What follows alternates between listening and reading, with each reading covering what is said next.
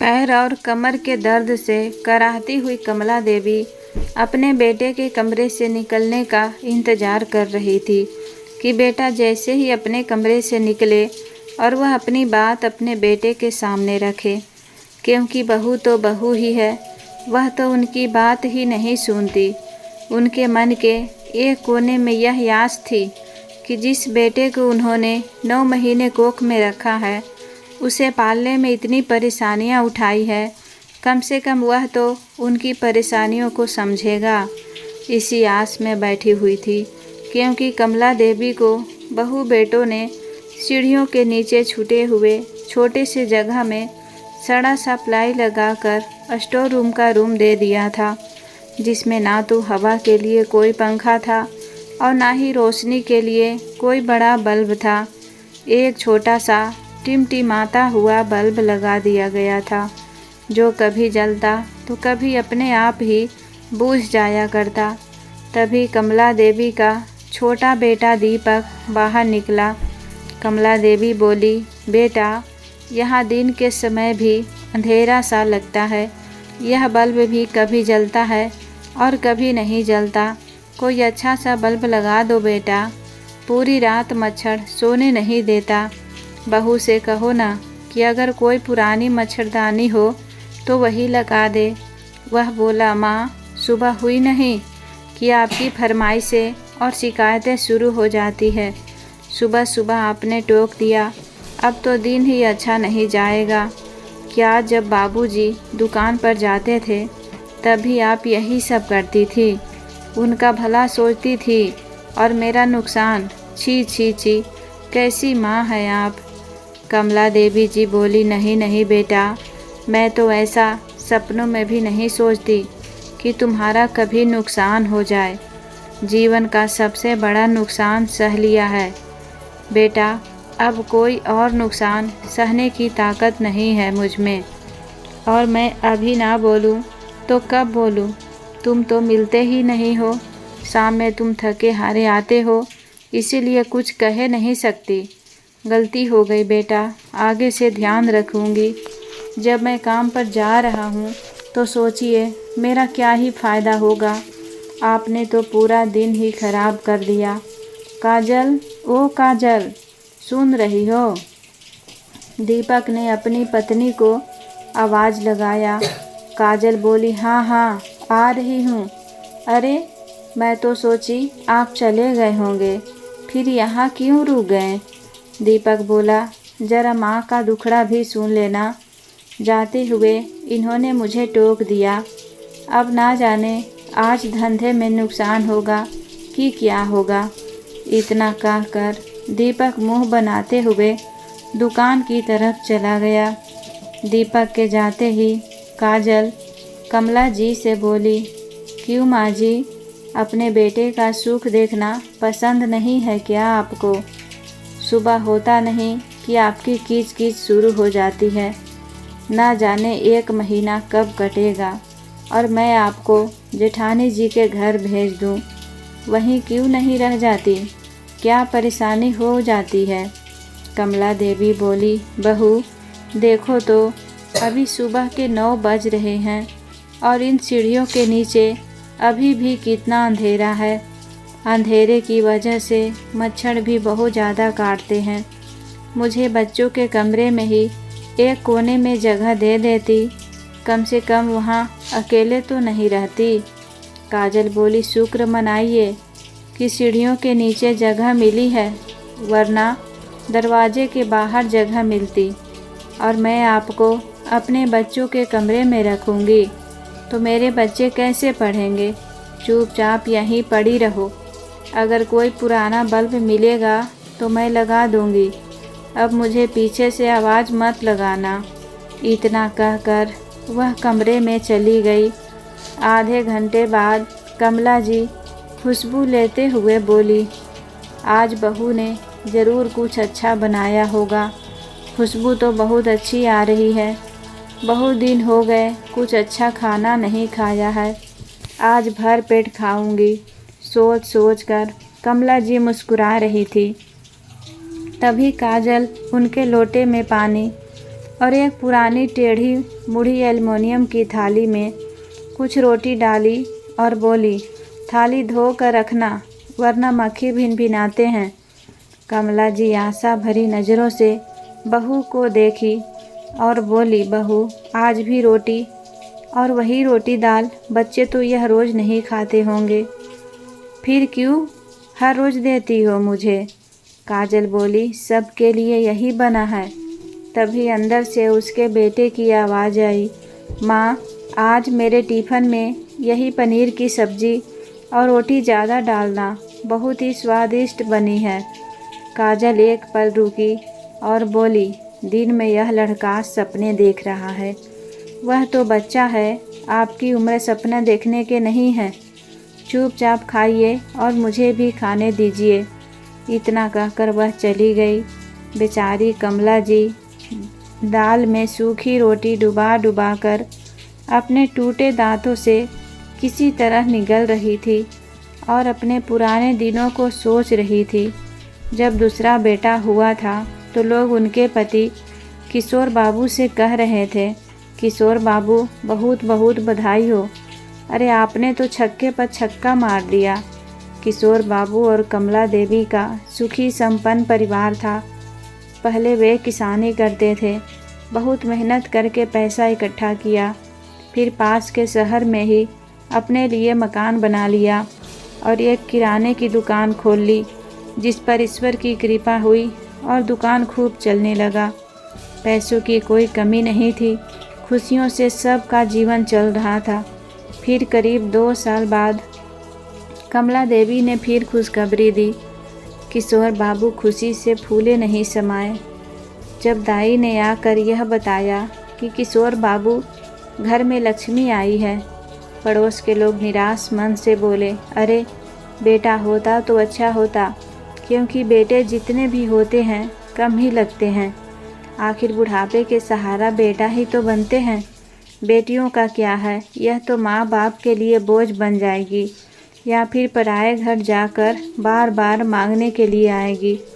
किशोर बाबू बोले, ऐसा ना कहो, ईश्वर ने हम सबको बनाया है, बेटा हो या बेटी, माँ बाप के लिए सब एक जैसे होते हैं, बशर्ते उनके लिए भी माँ बाप के मन में वैसे ही भावना हो। समय धीरे धीरे बीतने लगा। बड़ा बेटा पंकज कॉलेज की पढ़ाई ख़त्म किया। उसे नौकरी में कोई दिलचस्पी नहीं थी। उसके 2 साल बाद दीपक भी अपनी पढ़ाई पूरी ख़त्म करके कुछ साल बाद पंकज की शादी पायल से हो गई, जो कि एक पैसे वाले घर से थी, और दीपक की शादी अपनी पसंद की लड़की काजल से की। शुरू में तो दोनों बहुएं दोनों दंपति की बड़ी देखभाल की और ननद से भी बड़ा प्रेम जताया। समय बीता। 2 साल बाद किशोर बाबू ने अपनी बिटिया ममता की शादी एक साधारण से परिवार में कर दी। बेटी पिता के फैसले से बहुत खुश थी। हंसी खुशी सब रह रहे थे। किशोर बाबू और कमला देवी अपने जीवन से पूर्णतः खुश थे, परंतु सच कहा है किसी ने, अपनी खुशी को अपनी ही नज़र लग जाती है। न जाने क्या बात हुई कि कारोबार में अचानक से घाटा होने लगा। किशोर बाबू को समझ में नहीं आ रहा था कि आखिर कारोबार के घाटे का कारण क्या है और फिर गलती हुई कहाँ, क्योंकि इतने सालों में तो कभी इतना घाटा नहीं हुआ। एक रोज़ घर आकर उन्होंने अपनी पत्नी से अपनी परेशानी साझा किया। कमला देवी जी बोली, एक बार जांच पड़ताल कीजिए, बही खाते को देखिए, सब पता चल जाएगा। इतने लोग आपके अंडर में काम करते हैं, हो सकता है किसी को लालच आ गया हो। उन्हें पत्नी का सुझाव बहुत पसंद आया। अगले ही दिन जाकर उन्होंने जांच पड़ताल की तो क्या देखा, दूसरे दगाबाजी क्या करेंगे, यहाँ तो अपने ही बेटे अपने कारोबार में सेंध लगा रहे थे। दोनों भाइयों को लगा अगर वे कारोबार के पैसों को अपने ऊपर खर्च भी कर लेंगे तो पिता को क्या पता चलेगा, क्योंकि पिता तो आँख मूंद कर अपने बच्चों पर भरोसा करते हैं। अपने बेटे ही उनके साथ धोखा करेंगे, यह बात अंदर ही अंदर उन्हें खाए जा रही थी। और एक दिन अचानक हृदयघात की वजह से उनकी मृत्यु हो गई। कमला देवी को कुछ समझ में नहीं आया कि आखिर अचानक किशोर बाबू को हुआ क्या है, क्योंकि वह तो बहुत खुशमिजाज इंसान थे, पर उनकी तो दुनिया ही लूट गई। कई महीनों तक तो कमला देवी एक कमरे में बंद रहती थी। मन को इतना आघात जो पहुंचा था। दोनों भाइयों में कारोबार को लेकर खटपट शुरू हुआ। पिता के रहते जो आज तक दोनों भाई मुंह नहीं खोलते थे, आज माँ के सामने एक दूसरे पर लांछन लगाने लगे। देखते ही देखते 2 साल बीत गए। फिर दोनों भाइयों ने बंटवारे करने का सोचा और अपनी माँ के सामने अपनी बात कही, लेकिन कमला देवी इस पक्ष में नहीं थी। ममता को जब इस बात का पता चला तो उसने दोनों भाइयों से बहुत अनुरोध किया, पर किसी ने उसकी नहीं सुनी। देखते ही देखते कारोबार के 2 हिस्से हो गए। बहुओं ने रसोई के भी 2 हिस्से कर दिए। अब एक सवाल था कि मकान का, तो मकान के बीचों बीच उन लोगों ने एक बड़ी सी दीवार खड़ी कर दी। एक भरा पूरा परिवार 2 हिस्सों में बंट चुका था, पर किसी ने यह नहीं सोचा कि कमला देवी के दिल के कितने टुकड़े हुए होंगे। अब आया सवाल कमला देवी का, तो कमला देवी दोनों बेटों ने उन पर निर्णय छोड़ा कि वह किसके साथ रहना चाहती है। कमला देवी ने बड़े बेटे के साथ रहने की सहमति जताई। बड़ी बहू ने खुशी खुशी कमला देवी जी का सौगात किया, क्योंकि कमला देवी उस समय रसोई का सारा कार्यभार संभाल रही थी, तो उसे भी अपना फ़ायदा दिखा। घर की परेशानी और जीवन साथी के जाने के दुख से वह कोई भी काम करने में असमर्थ होने लगी। समय बीतता गया। माँ के चेहरे और शरीर पर बुढ़ापे ने अपना डेरा डाल लिया। धीरे धीरे वह और भी उपेक्षित होती गई। पहले तो सब हाल चाल पूछते थे, पर अब तो कोई उन्हें देखने तक नहीं आता। यहाँ तक कि अमिता को अब वही सास बोझ लगने लगी थी। दोनों बहुओं में अब कमला जी को लेकर झगड़े होने लगे कि हर चीज़ का तो बंटवारा हो गया, लेकिन कमला जी का बंटवारा कैसे होगा, क्योंकि कोई उन्हें अपने साथ रखने को तैयार ही नहीं था। एक दिन कमला जी किशोर बाबू के तस्वीर को लेकर देखकर कहती है कि मुझे आप पे छोड़कर क्यों चले गए। ना जाने कितने घाव मिलने अभी बाकी हैं। जिन बच्चों को 9 महीने कोख में पाला पोसा, उनकी ज़रूरतों को पूरा किया, आज वही मुझे अपने साथ रखना नहीं चाहते। बेचारी खून के आंसू रो रही थी। बड़ी मुश्किल से दोनों भाइयों ने यह तय किया कि माँ के खाने की व्यवस्था एक महीने अमिता तो दूसरे महीने काजल संभालेगी। अभी तक वह अमिता के पास रह रही थी, तो अब काजल के पास उन्हें पहुंचाया गया। बेचारी कमला देवी अपनी उपेक्षा को मन में समेटकर घर के उस कोने में पड़ी रहती थी। अपनी टेढ़ी मेढ़ी थाली और लोटे को लेकर बेचारी तीनों टाइम दरवाजे की तरफ निहारती रहती कि कब कुछ खाने को मिले तो इस पेट की आग को शांत करे। यही सब सोचकर एक दिन कमला देवी दरवाजे की तरफ निहार रही थी। तभी दरवाजे की तरफ से किसी की आने की आहट हुई। जब देखा तो उनकी आंखों में चमक बढ़ गई। सामने से ममता आई और माँ की हालत देखकर अपने आंसू को रोक न सकी और बोली, माँ कब से कह रही हूँ मेरे साथ चलो, कम से कम वहाँ 2 वक्त का खाना तो मिलेगा। आप जानती हैं मैं यहाँ रहकर आपकी सेवा नहीं कर सकती, क्योंकि यहाँ कोई मुझे पानी के लिए भी नहीं पूछेगा, और फिर मैं अपने बच्चों और अपने परिवार को छोड़कर यहाँ कितने दिनों तक रह सकती हूँ। कमला देवी जी अपने उसूलों के खिलाफ नहीं जा सकती थी, इसीलिए बेटी के साथ नहीं गई। बेटी घंटे 2 घंटे माँ के पास बैठती, कुछ खाने पीने के लिए उन्हें दे देती और फिर वापस अपने घर चली जाती।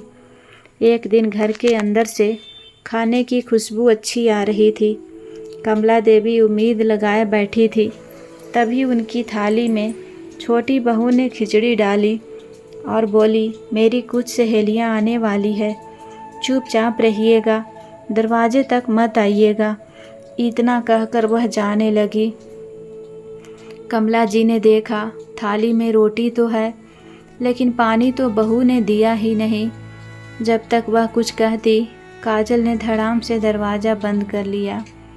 थोड़ी देर बाद कमला देवी रसोई की खिड़की के पास जाकर बहू को धीरे से आवाज़ लगाने लगी। जैसे ही काजल की नज़र उस पर पड़ी, वह गुस्से से बोली, जीना हराम कर रखा है, अब क्या चाहिए?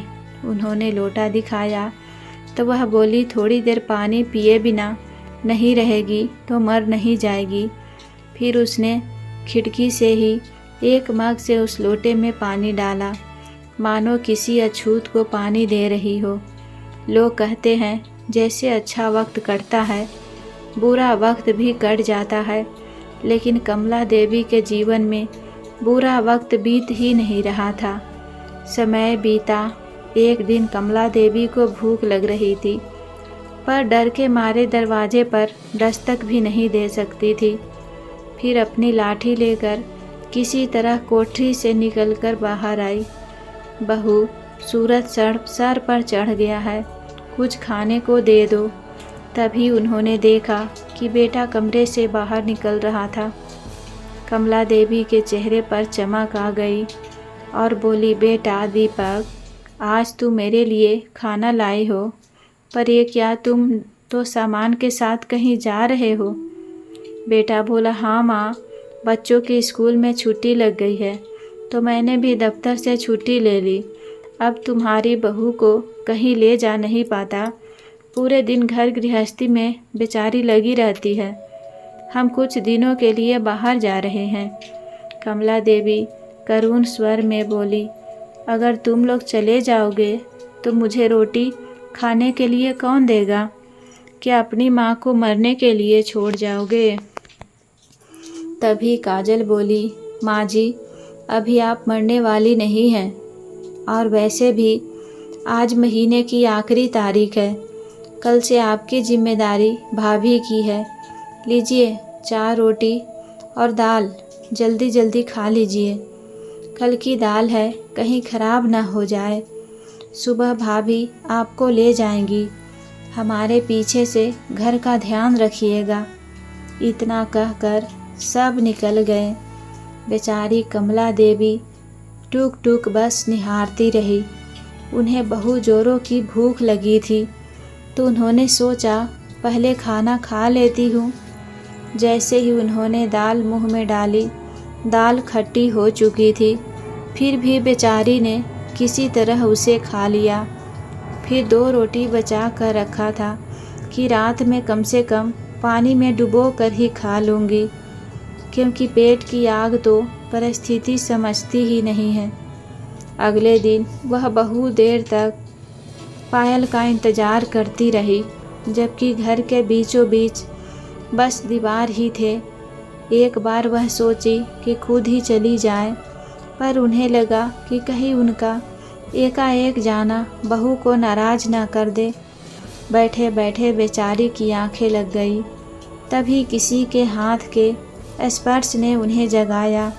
माँ चलो, मैं तुम्हें लेने आया हूँ। कमला देवी ने देखा कि पंकज आया है। वह बोली, बेटा कब से राह देख रही थी, बहुत जोरों की भूख लगी है, चल मुझे ले चल। उन्होंने एक छोटा सा बक्सा और पति की तस्वीर उठाई और बेटे के साथ चल पड़ी। बेटे में इतनी भी इंसानियत नहीं थी कि माँ का हाथ थाम ले। बेचारी एक हाथ में उस छोटे से बक्से को और दूसरे हाथ में अपनी लाठी टेकते हुए चलती बनी। जब वहाँ पहुँची तो देखा कि जिस कमरे में वह आज तक रहती थी, वहाँ ना ले जाकर बेटा उन्हें पीछे के बरामदे पर ले गया। एक छोटी सी खाट पर बिठाया और बोला, माँ, इस बक्से में क्या रखी हो? जब भी आती हो लेकर आती हो और जब भी जाती हो लेकर चली जाती हो। कमला देवी ने तो पहले इधर उधर देखा, फिर सोचा चलो यहाँ खाने को तो मिल ही जाएगा। बेटे ने फिर से वही सवाल किया। कमला देवी उस बक्से को अपने पीछे करते हुए बोली, कुछ नहीं बेटा, इसमें कुछ नहीं है। पंकज जिज्ञासा भरी नज़रों से उस बक्से को देखते हुए वहाँ से अपनी पत्नी के पास चला गया और सारी बात बताई। अमिता रोटी दाल के साथ आज थोड़ी सब्जी भी लेकर आई, जिसे देखकर कमला जी को बहुत अच्छा लगा। मन ही मन सोच रही थी, महीनों बाद सब्जी का स्वाद न जाने कैसा होगा। जैसे ही उन्होंने आगे हाथ बढ़ाया, बहू ने थाली पीछे कर दिया और बोली, माँ जी, उस बक्से में क्या है?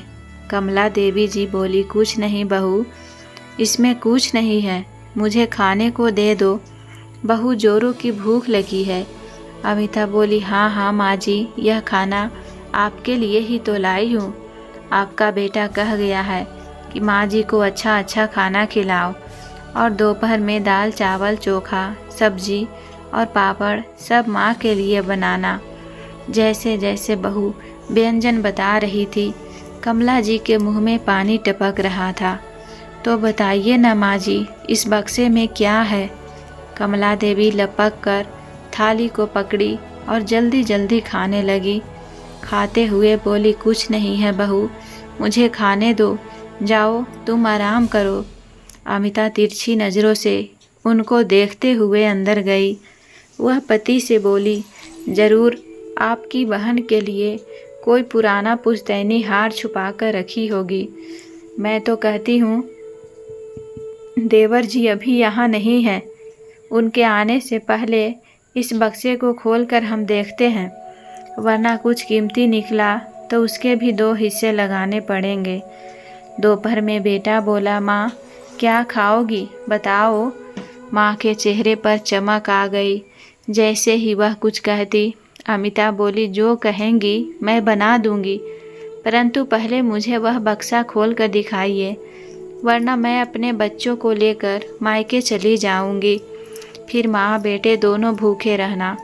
पंकज बोला, माँ क्या चाहती हो, मैं भूखा रहूं? माँ का दिल था वह कैसे बेटे को भूखा देखती, जो वह खुद महीनों से अपना पेट काट रही थी। वह अपने बच्चे की इस समय की भूख भी बर्दाश्त नहीं कर पाएगी। यह सोचकर कमला देवी ने वह बक्सा आगे किया और बोली, नहीं नहीं बहू, मुझे मत खाना देना, पर मेरे बच्चे को भूखा मत रखना। ये लो बक्सा देख लो। तभी अचानक दरवाजे पर दस्तक हुई। बहू ने देखा कि माँ से मिलने उनकी बेटी ममता आई हुई है। उसे देखकर बहू तपाक से बोली, आपको ऐसी कौन सी गंध लग जाती है? जब भी कुछ लेने देने की बात होती है आप ज़रूर चली आती हैं। ममता बोली, मैं तो बस माँ से मिलने आई हूँ। माँ, ओ माँ, कहाँ हो? इतना कहते हुए बेटी को आश्चर्य हुआ, क्योंकि दोनों भाभी कुछ ऐसा हमेशा ही करती थी। बहन को देखकर भाई हैरान हुआ तो ममता बोली, भैया आप माँ के बक्से के साथ क्या कर रहे हैं? अमिता बोली, देखा, मैंने कहा था ना, इनको पता होगा, ज़रूर इनके लिए इस बक्से में कोई हार होगा। जाने के बाद ही बक्सा अगर माँ के पास रहता तो मैं तो बस इसीलिए कह रही हूँ। माँ, अगर इस बक्से की चाबी आपके पास है तो दे दीजिए, देखिए मुझ पर इल्ज़ाम लगाया जा रहा है। इतना कहकर वह रोने लगी। माँ ने धीरे से अपनी आंचल से एक पुरानी सी चाबी खोली और जैसे ही खोला सब हैरान थे। इस बक्से में तीनों भाई बहन के बचपन की, तीनों की कुछ कपड़े, कुछ तस्वीरें और कुछ रोटियां रखी हुई थी। यह देखकर बेटी की आंखें भर आई और बोली, माँ ये किसके कपड़े हैं और इसमें रोटियां क्यों रखी है? मैं आज भी इसी कपड़ों को सूंघकर तुम्हारे बचपन को जी लिया करती हूँ और उस अनुपम आनंद में खो जाती हूँ, जिसमें ना कोई कपड़ा था, ना कोई लालच, ना ही कोई धोखा। मुझे तो मेरे वही बच्चे आज भी चाहिए। लेकिन इतना कहकर कमला देवी की आंखों से झरझर आंसू बहने लगे।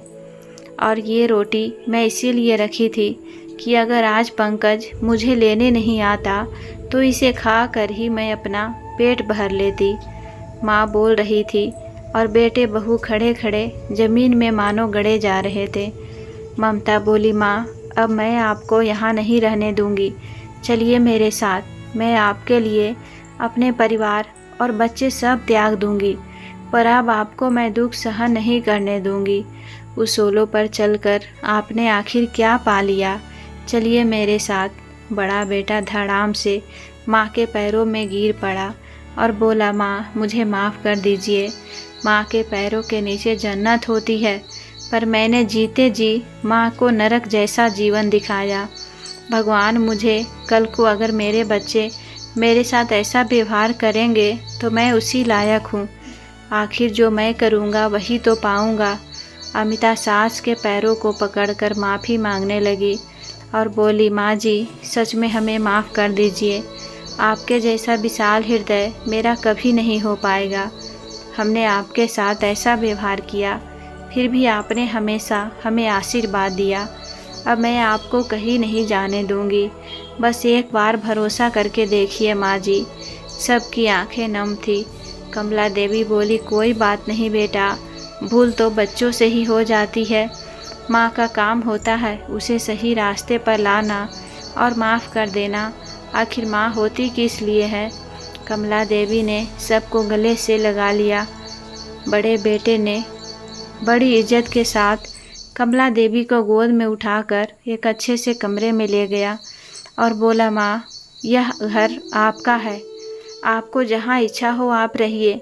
फिर बेटे बहू ने कमला देवी की देखभाल में कभी कोई कमी नहीं रखी। जब यह खबर छोटे बेटे बहू तक पहुंची तो वे लोग भागे भागे आए, उनसे माफ़ी मांगी।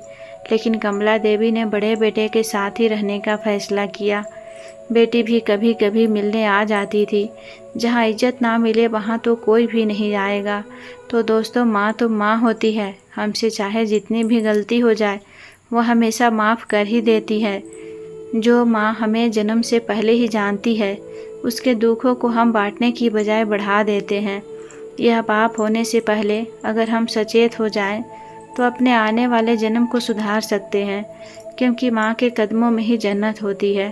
दोस्तों, कमला देवी ने अपने बेटे बहू को माफ़ करके सही किया या गलत, अपने अनमोल विचार कमेंट करके ज़रूर बताइएगा। कहानी पसंद आए तो वीडियो को लाइक, चैनल पर पहली बार आए हैं तो सब्सक्राइब और शेयर करना ना भूलिएगा। धन्यवाद।